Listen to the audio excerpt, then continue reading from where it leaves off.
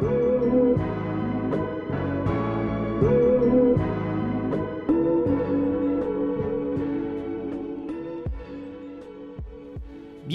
au Défi Cantipart, le balado dédié à la collaboration entre artistes. Notre objectif, chers mesdames et messieurs, est de mettre en lumière les défis auxquels nous sommes toutes et tous confrontés. Aujourd'hui, notre invité est Zachary Denuel, un cantipartiste exceptionnel qui a fait de l'art pour Atari à travers Illogica. Il a également convaincu son employeur de lui permettre de travailler dans un autre pays. Dans le premier segment, nous aborderons des sujets touchant les professionnels, puis nous passerons aux défis plus pertinents pour les étudiants. Zach nous fera part de ses réflexions sur toute une gamme de sujets, notamment comment réussir en étant le seul membre de l'équipe à travailler dans un autre pays, quel permis demander en tant que Québécois ou Québécoise pour travailler en France et vice-versa, et l'importance de la posture. On parle de la santé, on parle de notre dos, on parle de nos mains, comment les garder en bonne santé, etc.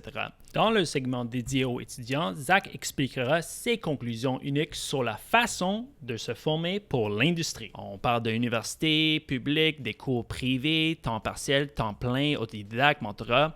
On parle également de comment réseauter pendant ses études et il nous explique quelle stratégie à adopter pour percer dans l'industrie. Est-ce que c'est mieux d'être un spécialiste, une spécialiste ou être plutôt généraliste? Le marché caché du travail, un autre sujet intéressant, les défis des étudiants, les défis également des nouveaux cantipartistes et finalement, on parlera de le fameux sujet « Ça vaut-tu la peine Instagram pendant qu'on est un artiste? » C'est quoi sa valeur justement? D'ailleurs, vous pouvez trouver Zach sur Instagram à zach_dnl.art et sur artstation.com/ZachDNL. Sur cela, je vous souhaite la bienvenue et une bonne écoute.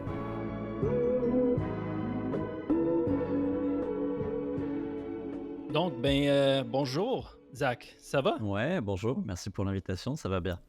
Donc, Zach, est-ce que tu fais confiance à GAFAM? Parce que tantôt, je t'ai demandé si tu pouvais utiliser Riverside FM, un site web que j'utilise pour enregistrer des podcasts et qui fonctionne avec Chrome.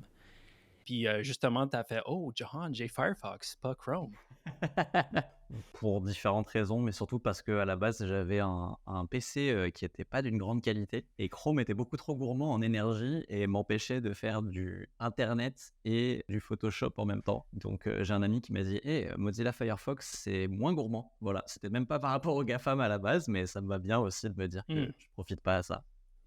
Ben, je veux juste te dire, en tant que représentation du GAFAM, welcome to the dark side, bienvenue au côté, dark. Donc, comment est-ce que tu décrirais-tu, Zach? T'es-tu plutôt animateur, background artist, concept artist, un peu peut-être les trois?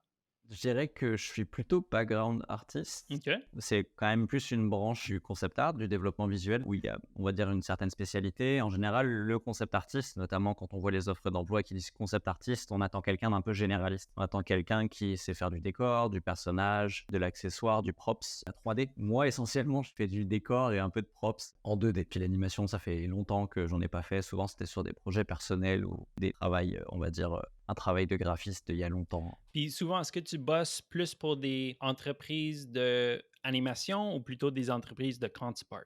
Majoritairement pour des studios d'animation. Après, la pré-production du cinéma d'animation et du jeu vidéo est quand même très similaire.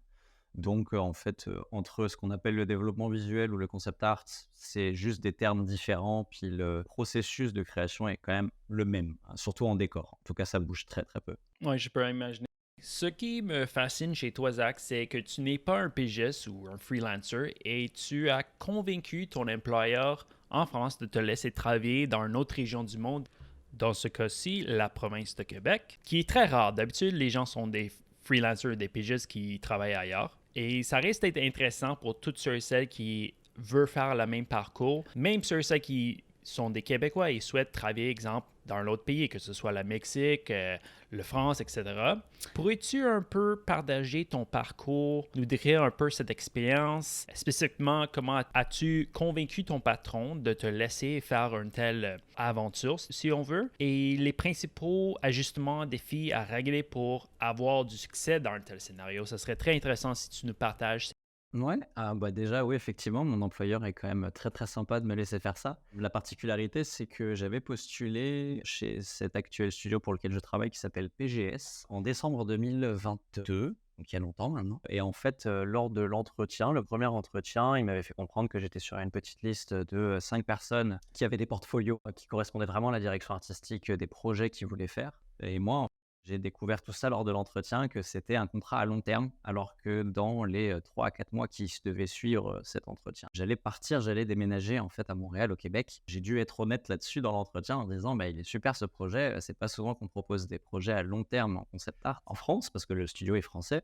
mais moi je m'en vais. Et en fait, PGS a simplement répondu qu'ils n'avaient pas de locaux, ils n'ont pas de studio physique, de bureau. Et ils m'ont dit si on t'embauche, on peut commencer déjà en France, voir comment ça se passe, sur le même fuseau horaire, on va dire. Et ensuite, quand tu déménages à Montréal, et ben, on peut voir ensuite comment, avec 6 heures de décalage, on peut gérer tout ça. Et donc, en fait, c'est ce qui se passe à l'heure actuelle. Puis, avril 2023, je travaille toujours pour ce studio. Et donc, ça demande de se lever un peu plus tôt, mais c'est assez cool. Se lever tôt pour avoir des retours et des réunions le matin avec l'entreprise. L'après-midi, un peu plus en autonomie. Donc, ça demande aussi un peu d'autodiscipline et de régularité, d'assiduité. La situation est un peu spéciale. C'est pas forcément moi qui ai fait la demande. C'est plus, je me suis retrouvé face au fait qu'il fallait que je sois honnête dans l'entretien en disant c'est super, mais je m'en vais. Et voilà. OK, cool. Puis, aimerais-tu vivre dans une autre ville québécoise ou pays? Tu peux dire Montréal est plate, ça te tente plus vivre dans la ville de Québec. Ah non, non, j'aime beaucoup Montréal. Bon, ça a ses avantages et ses défauts comme ville, mais c'est une super ville. Je dirais que si il fallait que je vive autre part, notamment au Canada, parce que je suis en PVT au Canada, ça me permet quand même de bouger dans le pays, dans différentes provinces ou autres, si besoin. Et pour les Québécois, PVT, c'est quoi? Ah oui, PVT, pardon. Alors PVT, c'est permis vacances-travail. Il y a certains pays qui sont, entre guillemets, partenaires avec le Canada pour avoir ce genre de permis ouvert qui sont très avantageux. Il y en a qui durent 2 ans. Pour les Français, ça dure 2 ans. Pour les Belges, ça dure 1 an. Il y a beaucoup de pays de la francophonie qui peuvent être avantagés et peuvent bénéficier d'un PVT. Voilà, donc moi, je suis bénéficiaire de ce PVT-là. Et en fait, pour les raisons pour lesquelles je pourrais, par exemple, déménager, ce serait plus parce que ma compagne qui m'a rejoint au Québec, admettons si elle trouve du travail dans une ville autre que Montréal et qu'il faut qu'elle soit sur place, bah là, à ce niveau-là, oui, on peut déménager. Mais sinon, après, pour bouger d'un autre pays, j'avoue qu'à l'avenir, si j'avais la possibilité de continuer à travailler à distance dans un autre pays avec PGS, si je travaille toujours pour PGS, ce serait peut-être dans un pays de l'Union européenne pour être plus proche de ma famille quand même. Je me suis rendu compte que déménager en Amérique du Nord, c'est cool, mais dans les désavantages, il y a la distance avec la famille en France, ce qui est moins simple, on va dire. Je m'excuse que t'es un peu, ça brise un peu ta corde. Je trouve c'est intéressant Ouais. parce que PVT, j'ai entendu, en tant que Québécois, un citoyen aussi au Québec, peut également faire l'inverse, puis demander pour un PVT. Puis j'ai entendu même que le loterie, Ouais. entre guillemets, pour obtenir un PVT, c'est bien plus facile pour le Québec parce qu'il y a plus de demandes du côté français et moins sur le côté québécois. Donc, faites vos recherches, s'il vous plaît, tout le monde. Là, on va presque conclure Mhm. la première partie pour les professionnels. Dernière question, y aurait-il un sujet que je n'ai pas abordé que pourrait être intéressant pour les professionnels travaillant actuellement sur le marché? Ça peut être un hack inattendu, des soft skills, un nouveau logiciel. Je dirais que plus par rapport à une astuce au niveau de sa posture, je crois que tout ce qu'on connaît des installations de bureau avec un ordinateur, que ce soit une tour ou un ordinateur portable, avec quelque chose qui s'apparente à une tablette à écran, ça a tendance à... J'ai remarqué ça, parce que ça fait quelques années que je travaille sur une tablette à écran tactile. J'ai du mal à trouver vraiment le bon angle pour mon dos, mon cou, mon poignet, mon bras. Des fois, donc je suis repassé avec cette tablette. Je peux repasser en mode plus tablette avec juste un pavé tactile, comme les gammes des Intuos, c'est-à-dire que vraiment, tu as juste les raccourcis clavier et tu dessines en regardant l'écran de ton ordinateur au lieu de la tablette. Ben, tu as quand même un bras beaucoup plus reposé et tu te tiens beaucoup mieux en général pendant une journée de 8 heures de travail, ce qui est non négligeable sur la semaine et sur le temps. Donc je pense que c'est ce que je peux conseiller, c'est que même si ça paraît plus confortable d'avoir une tablette à écran, je trouve que vraiment regarder son ordi tout en dessinant avec plus un système, on va dire, à l'ancienne, souvent les gens commencent par les tablettes sans écran pour des questions financières. Je pense que même pour des questions, on va dire, de santé, pour, pour ses articulations et son dos, ça peut être une bonne chose. Donc, juste pour être clair, on parle de tablette noire avec aucun écran visible, strictement tactile. Ouais, comme les bambous, tout ça, toutes ces petites tablettes-là que tu poses à plat sur une table et que tu mets en face de ton écran d'ordinateur. Moi, j'avais l'impression que c'était un peu c'est techniquement l'entrée de gamme en termes de prix et en termes de qualité. Sauf qu'en fait, c'est très bien. Tu vois, tout ce qui est au-dessus des Intuos, au final, je me rends compte que c'est du bonus.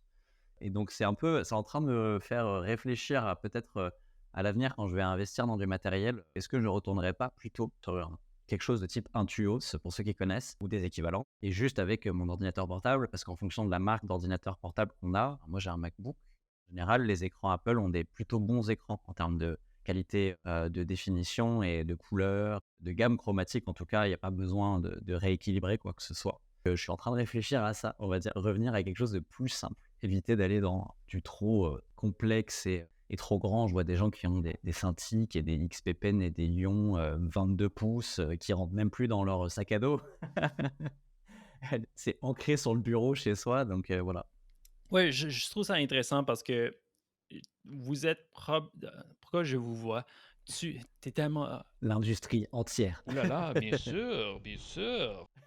T'es tellement sage, je dois te vous voyez. T'es probablement l'individu le plus jeune que je connais qui a cette habilité de faire la connexion tête-main avec un tablette, avec aucun écran, vraiment juste comme bambou. C'est vraiment une habilité à apprendre. Ouais. Puis c'est souvent quand je connais le monde qui utilise une telle technique, c'est vraiment les générations avant nous autres. Donc ça, c'est intéressant.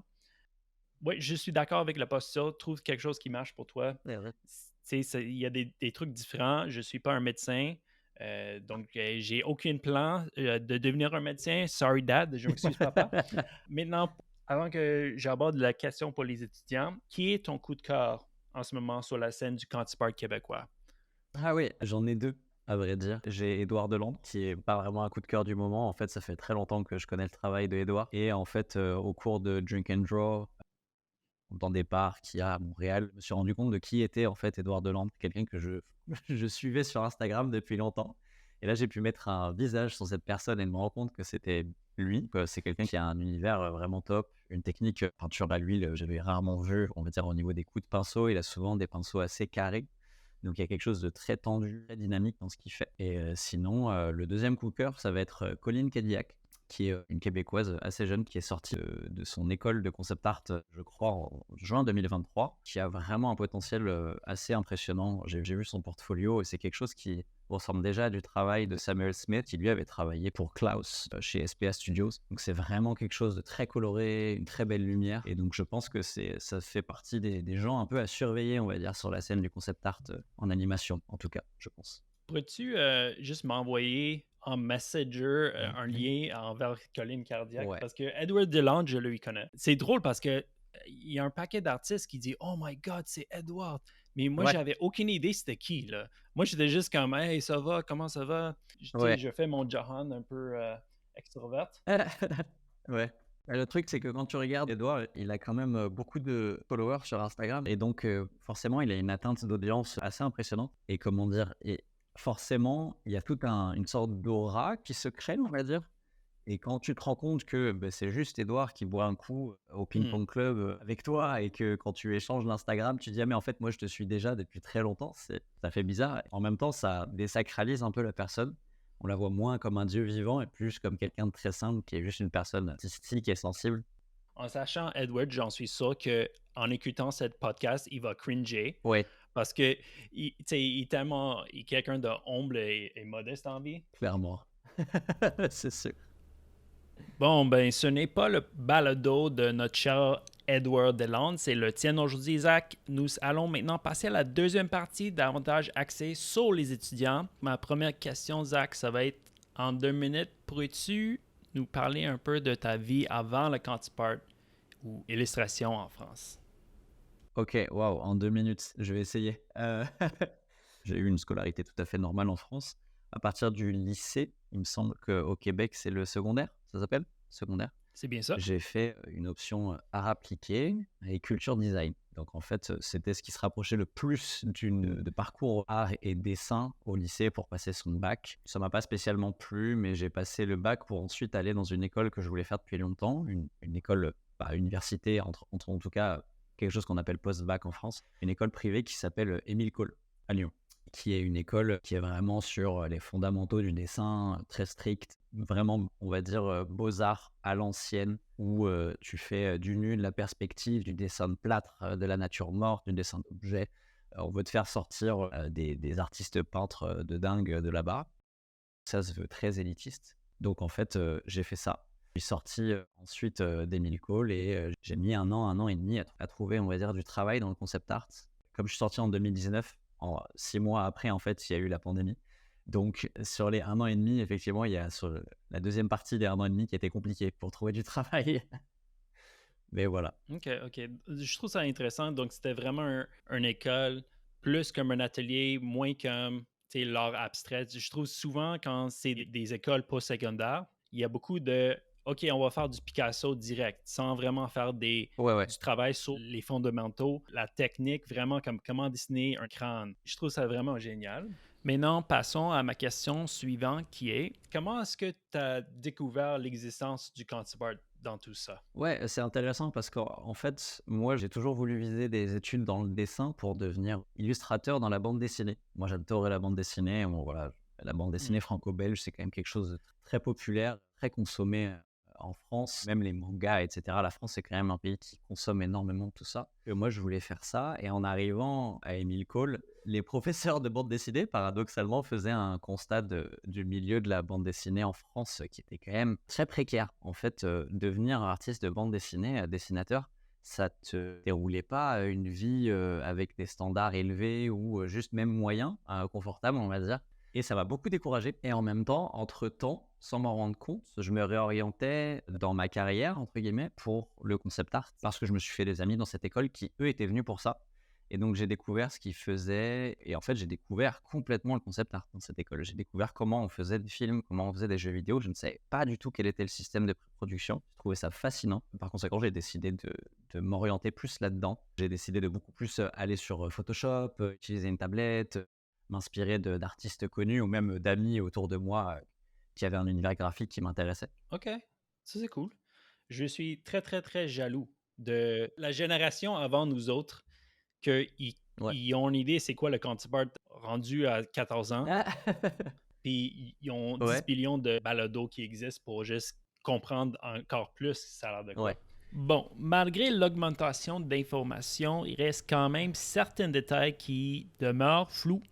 Ma prochaine question sera, qu'est-ce que tu conseillerais à un jeune point de vue de la formation? Parce qu'il y a tellement de différents formats. Il y a le format école à temps plein, Ouais. université, Ouais, ouais, ouais. atelier, cours à temps partiel, autodidacte, mentorat. Ouais, c'est une question qui est intéressante et compliquée à la fois dans le sens où les métiers créatifs ne demandent pas forcément des diplômes. Moi, par exemple, le directeur artistique de mon studio, à l'heure actuelle, il est autodidacte. Il a 17 ans, je crois, au moins d'expérience. Il est très fort. Il s'appelle Christophe Fossard, d'ailleurs. Je crois qu'il s'appelle Biboun sur Instagram. Très cool ce qu'il fait. Et en fait, moi, en comparaison, j'ai fait cette école, Émile Cole, et c'est quand même une école privée qui coûte cher. En France, c'est quelque chose qui coûte cher. C'est-à-dire que c'est 8 000 € l'année. Avec l'inflation, ça doit être plus maintenant. Et donc, c'est un gros investissement pour les parents ou pour l'étudiant lui-même s'il finance lui-même ses études.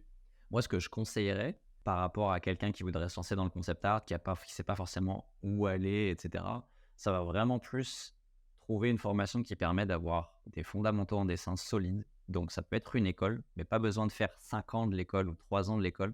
Faire, par exemple, la première année pour vraiment apprendre les fondamentaux comme la perspective, l'anatomie, ce genre de choses. Après, c'est un peu comme le permis de conduire.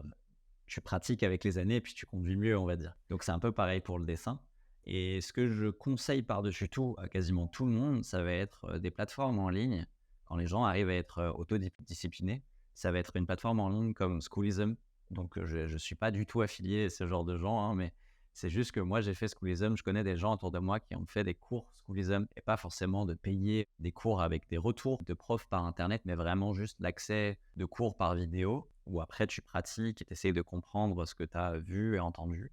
Moi, ça a été vraiment une sorte d'étape importante dans ma compréhension de plein de choses dans le concept art et dans mon style de dessin et dans la construction de mon portfolio. Je pense qu'il y a vraiment moyen de faire des choses super par le biais d'Internet. Aujourd'hui, les études, ça coûte cher, la vie coûte cher. Autant trouver des solutions et des formations qui sont vraiment plus accessibles pour tout le monde, on va dire.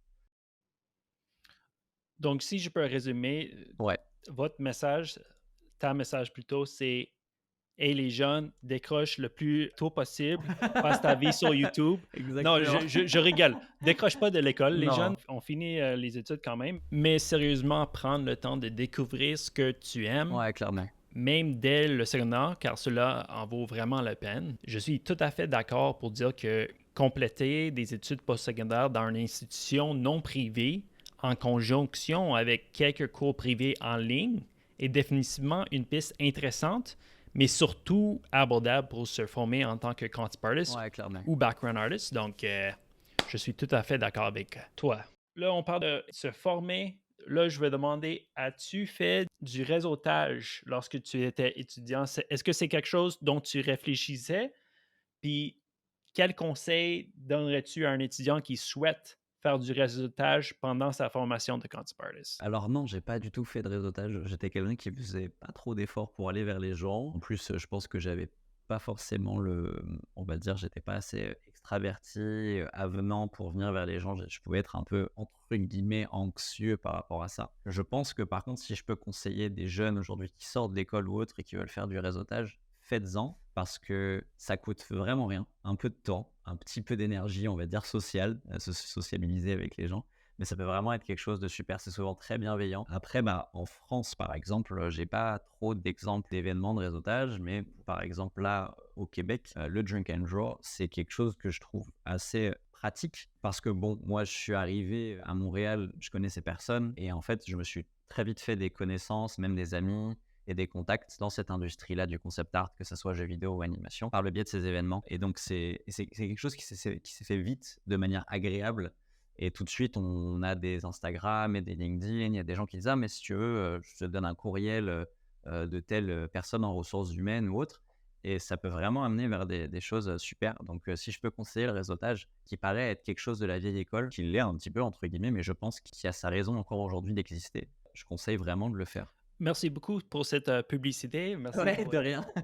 Ben, bref, pour ceux et celles qui écoutent, c'est moi qui organise les Concept Drink and Draw. Il y a deux Drink and Draw, il y a un pour général puis un pour le Concept. Et j'ai créé cet événement il y a plus que 5 ans. J'ai devenu plus sérieux il y a 2 ans. Peut-être que ce sera un autre podcast où je explique à du monde comment créer leur propre événement de réseautage. Puis j'ai créé Tout à ça fait. lorsque j'étais étudiant moi-même. J'étais un étudiant en temps partiel. Ça serait vraiment un autre podcast de comment créer dans ta propre ville. Je pense, je verrai dans 10 ans, il y aura un jeune qui crée un Concept Drink and Draw à Lyon. Un Concept Drink and Draw Non, pour de vrai, on rigole, mais Ça serait cool. Ça serait vraiment cool. ça prend du temps quand même. Si tu es l'organisateur, c'est un peu plus facile si tu es comme Zach puis tu rentres. Oui, hey, comment ça va? Mais j'en suis sûr que ça va exploser de plus en plus. C'est bien plus facile de créer ces événements-là. Il y a 10 ans, les médias sociaux n'étaient pas autant connectés. À ça, on perd beaucoup de notre temps sur notre téléphone, mais de temps en temps, on trouve des cool événements. Donc, ma deuxième question va être, je voulais te demander, Zach, quels sont les défis spécifiques auxquels les étudiants en Counterpart sont confrontés au tout début de leur formation? Et je pense que ça serait très intéressant si tu peux vraiment aller en détail de comment peuvent-ils les surmonter, ces défis. On va dire en tant qu'étudiant, ça va être vraiment de trouver ce qui nous plaît dans le concept art. C'est-à-dire que est-ce qu'on préfère quelque chose qui va être vraiment plus décor, vraiment plus personnage, des choses qui vont être plus, je sais pas, color script, ou même des gens qui se rendent compte qu'ils ont envie de vraiment beaucoup plus utiliser la 3D pour les décors par exemple, et faire des choses réalistes, du matte painting, ce genre de choses. Donc je pense qu'il y a ça pour les étudiants. Moi je sais que j'avais un peu cette hésitation-là en tant qu'étudiant. Je ne sais pas trop quoi faire exactement dans le concept art. Où est-ce que je m'orientais? Et donc, je me suis mis à apprendre un peu plein de choses parce que je me disais, ah bah, concept artiste, ça sait tout faire. Donc, on va essayer de tout faire. J'ai pas insisté pour Maya, clairement. Je me suis rendu compte que j'étais pas fait pour la 3D. Faire des choses à la souris, ouais, c'est quelque chose que je ne faisais depuis plus vraiment très longtemps. J'avais arrêté et je crois que le stylet et le crayon traditionnel m'allaient beaucoup mieux. Je pense que c'est surtout ça pour les étudiants, ouais, c'est vraiment se trouver. Donc ça découle après des défis de quand on est jeune professionnel. C'est-à-dire que il faut arriver vraiment à se trouver pendant les études, idéalement, pour ensuite construire son portfolio de manière appropriée pour trouver du travail dans l'industrie. Moi, quand je suis sorti des études, je ne savais toujours pas ce que j'allais faire comme rôle précis dans l'industrie, je veux dire. Et donc, je montrais mon portfolio à des amis parce que j'arrivais pas à trouver du travail. Et mes amis me disaient ah bah c'est bien, c'est super, etc. Et un jour, j'ai un ami qui s'appelle Samuel Smith qui m'a dit tu veux faire quoi en fait? Et là, moi, j'ai pris une claque parce que c'était la première fois que j'avais un retour sur mon portfolio qui était vachement plus direct en me disant on comprend pas ce que tu veux faire. Et moi, je disais bah, moi, je veux faire du concept art, mais j'aimerais bien faire surtout du décor. Et il me dit mais pourquoi il n'y a pas juste du décor dans ton portfolio? Là, je vois du personnage, je vois du props. Je t'essaye de faire plein de choses à la fois, tu essayes de faire des décors, on voit que tu es pas à l'aise dessus, il y en a, on sent que tu t'amuses. Pourquoi tu fais pas que des décors où tu t'amuses et éventuellement après tu fais d'autres choses? Mais pourquoi tu cibles pas le rôle que tu privilégies pour travailler dans l'industrie? Et en fait, là, ça a été une révélation pour moi. Et donc, ce que je peux conseiller, ouais, c'est vraiment d'arriver à trouver le rôle qu'on veut avoir dans l'industrie pour commencer. Même si, j'entends des fois des gens qui disent: «Ah mais moi j'aime tout faire». Très bien, mais est-ce que tu maîtrises tout? Je ne suis pas sûr parce que ça prend beaucoup de temps et par conséquent, moi, j'ai orienté mon portfolio sur, de la couleur et de la lumière par le biais de Schoolism avec les cours de Robert Kondo et Dai Tsutsumi et ensuite j'ai fait, du design d'environnement avec Nathan Fowkes. C'était vraiment bien aussi comme cours, ça m'a vraiment beaucoup instruit sur beaucoup de choses au niveau de la composition notamment et donc j'ai orienté mon portfolio grâce à ces cours-là et en fait, en l'espace de moins de 6 mois, j'ai trouvé du travail après. Donc je pense que c'est le conseil que je peux donner. C'est excellent. Je crois qu'il y avait quand même beaucoup de. C'était pas juste 6 mois, il y avait quand même beaucoup de formations avant, mais Oui, c'est quelque chose qu'on entend souvent, c'est spécialise un peu. ouais. Sinon, c'est très, très difficile pour les ressources humaines de te classer dans le poste le plus précis. Exactement. Par la suite, je voulais savoir comment est-ce que tu as déniché ta première poste? Ouais, alors c'est intéressant parce que, j'ai pas été recruté. Il y a beaucoup de gens qui sont recrutés, par exemple, dans un studio dans lesquels ils ont fait un stage avant et ça s'est bien passé, donc ils sont un peu naturellement embauchés en tant que salariés ou autres ou même freelance dans ce même studio. Il y a des gens, ils arrivent à être, recrutés en postulant. Moi, on est venu me chercher et c'est la seule fois où on est venu me chercher d'ailleurs sur Instagram. J'ai cru que c'était un faux compte. Hmm. J'ai cru que c'était une arnaque au début, j'ai hésité à répondre et en fait, c'est un studio, français qui s'appelle Appétit Studio. Avant, ça s'appelait Motion Appétit. Maintenant, ça s'appelle Appétit Studio et en fait, bah, ça a été, mes premières missions de concept artiste en tant que freelance, surtout en tant que travailleur autonome et ça a été tout de suite sur des très gros projets. Donc là, moi, j'ai eu un syndrome de l'imposteur qui s'est décuplé, qui était quelque part comme ça en moi, qui faisait sa vie dans mon cerveau et là, il est arrivé à saturation, il a explosé dans mon crâne là. Premier travail, ma première mission, ça a été, j'ai été contacté par Instagram, ce qui est quand même quelque chose de pas commun. Je conseille quand même plus aux gens de développer leur portfolio via ArtStation et autres, et leur LinkedIn notamment. C'est quand même beaucoup plus professionnel, mais voilà, c'est un truc un peu atypique, on va dire, comme parcours pour moi. Oui, ça c'est intéressant. Puis, c'est quoi votre opinion sur. Mon Dieu, il faut que j'arrête de vous voyer. T'es tellement hâte. C'est quoi ton opinion sur les médias sociaux? Parce que je vois que tu es quand même vraiment. Tu sais, Ouais. il y a des concept artists qui sont à ton niveau, qui sont moins engagés dans les médias sociaux. Il y en a qui sont beaucoup, il y en a qui sont moins. C'est quoi tes opinions là-dessus? Ouais, alors bah, déjà, mon opinion sur les réseaux sociaux, j'en ai pas une très bonne, on va dire de manière générale. C'est quelque chose qui apporte quand même, pas mal de négatifs dans la vie de beaucoup de gens, mais bon, ça peut apporter du positif, notamment ça peut faire trouver du travail à des gens. Moi, le truc, c'est que notamment mon compte Instagram, c'est un petit peu, l'arbre qui cache la forêt, comme on dit chez les Français. Je sais pas si on a ça au Québec, mais c'est juste qu'il y a Ça existe, des arbres au ouais, Québec. ouais, il y en a beaucoup plus qu'en France d'ailleurs. Mais c'est juste que quand on voit mon compte Instagram, j'ai peut-être 9 000 abonnés ou bref, bon, j'en perds tous les jours maintenant, donc c'est pas bien grave. Gros flex. Exactement, un gros flex, qui ne fait que diminuer, de jour en jour. Mais c'est parce que j'ai fait beaucoup de fan art, j'ai fait beaucoup d'illustrations, de films que j'aimais, du studio Ghibli ou ce genre de choses. Donc beaucoup de gens, en fait, ont interagi avec mes publications. C'est pas forcément ça qui m'a fait trouver du travail. Quand j'avais trouvé du travail, quand on est venu me chercher, j'avais 2 000 followers. Puis pour le coup, j'ai essayé de développer mon Instagram dans le but d'avoir plus des missions avec des particuliers, tu vois? Avec des gens qui voulaient: «Ah, je veux une illustration de mon chien» ou «Pour, mon mariage, je veux des portraits», tu vois? Moi, j'essayais de faire de l'argent comme je pouvais. C'était vraiment l'objectif de mon Instagram à la base, c'était arrondir Hmm. presque mes fins de mois, on va dire, ou avoir mes premières missions, juste en tant qu'artiste, même pas en tant que concept art. J'avoue que par contre, si je peux donner un conseil aux jeunes artistes, c'est vraiment, comme j'ai dit, développer beaucoup plus son portfolio ArtStation ou d'autres sites ou son site web personnel et son LinkedIn plutôt que développer son Insta. Vaut mieux avoir son Insta comme un terrain de jeu d'exploration, tentative, on va dire de création, et le mettre éventuellement en lien en tant que lien sur lequel tu peux cliquer dans un courriel quand tu postules pour une entreprise. Moi, c'est ce que j'ai pu faire. Parce qu'il y a des gens qui me disaient que moi, Instagram était intéressant et que je me lâchais plus sur mon univers que sur mon ArtStation. Mais bon, j'avoue que je le mets pas toujours, on va dire. Ah, ça, c'est bien. Moi, personnellement, je trouve Instagram, c'est mieux pour connecter avec des autres geek artistes. Ouais, C'est c'est vrai. c'est la première chose, même avant de demander des autres réseaux sociaux. Je ne vais pas te demander, Hey Zach, c'est quoi ton TikTok? Ouais. Non, mais clairement pas. Ouais. Ça serait un peu malaisant, puis aussi, je suis pas très présent là, sur cette. En tout cas. Puis, tu as répondu à la première question. Maintenant, pour la deuxième partie de cette question, quels sont les défis spécifiques auxquels, en tant que Ouais, nouvel individu engagé dans un studio, tu as confronté au début de ta ouais. carrière? Puis, qu'est-ce que tu conseillerais à un jeune qui va frapper ces mêmes défis-là? OK. Je dirais que dans les défis, j'ai l'impression qu'il y a beaucoup de gens qui ont le syndrome de l'imposteur.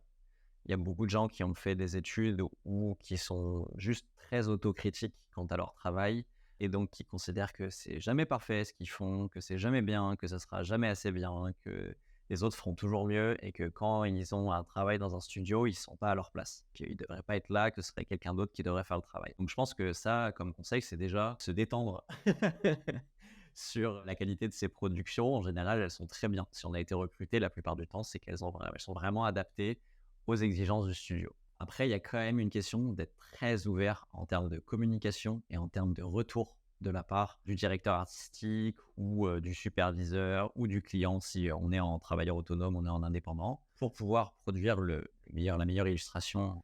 Donc, oui, je pense que c'est vraiment ça. On va dire ouverture, communication et éviter trop le perfectionnisme. C'est quelque chose, c'est un peu le cliché de quels sont vos défauts, puis dans l'entretien d'embauche, je te dis, ah, je suis perfectionniste. Pour moi, c'est un vrai défaut. Le perfectionnisme, c'est vraiment quelque chose qu'il ne faut pas avoir, sinon on termine jamais une illustration, on finit par la détester, on se déteste et on se sent vraiment mal. Donc voilà, ça va être mes conseils, on va dire. J'ai des membres de ma famille proches qui ont travaillé en ressources humaines pendant 20 ans, puis la réponse de perfectionnisme, ma mère, quand elle entend ça, elle me dit comme Ouais. c'est comme un workout d'abdominaux, à quel point ça me fait cringe. Bon, en parlant des ressources humaines, ça transitionne assez bien à ma prochaine sujet car selon un article publié sur Indeed.com, environ 70% des emplois sont effectivement cachés au grand public. En résumé, l'article dit suggère que pour trouver un emploi, il ne suffit pas simplement de postuler en ligne, mais plutôt d'utiliser des méthodes non conventionnelles. Pourrais-tu nous parler de la façon dont tu as pu travailler pour Atari à travers une tierce partie? Ça me semble c'est Illogica. Il me semble également que tu n'as pas simplement postulé en ligne sur un site Ouais. d'entreprise. Pourrais-tu partager cette expérience avec nous autres? Ouais, bien sûr. C'était dans ma préparation pour mon PVT, pour aller déménager au Québec. Je voulais trouver du travail à distance, essayer d'avoir une promesse d'embauche avant d'arriver dans la province. Et en fait, j'ai décidé de regarder les gens qui travaillaient dans différentes entreprises du secteur du jeu vidéo et de l'animation à Montréal sur LinkedIn. Et donc, j'ai envoyé, je sais pas, j'ai envoyé beaucoup de, entre guillemets, comme d'invitations à rejoindre le réseau, etc.,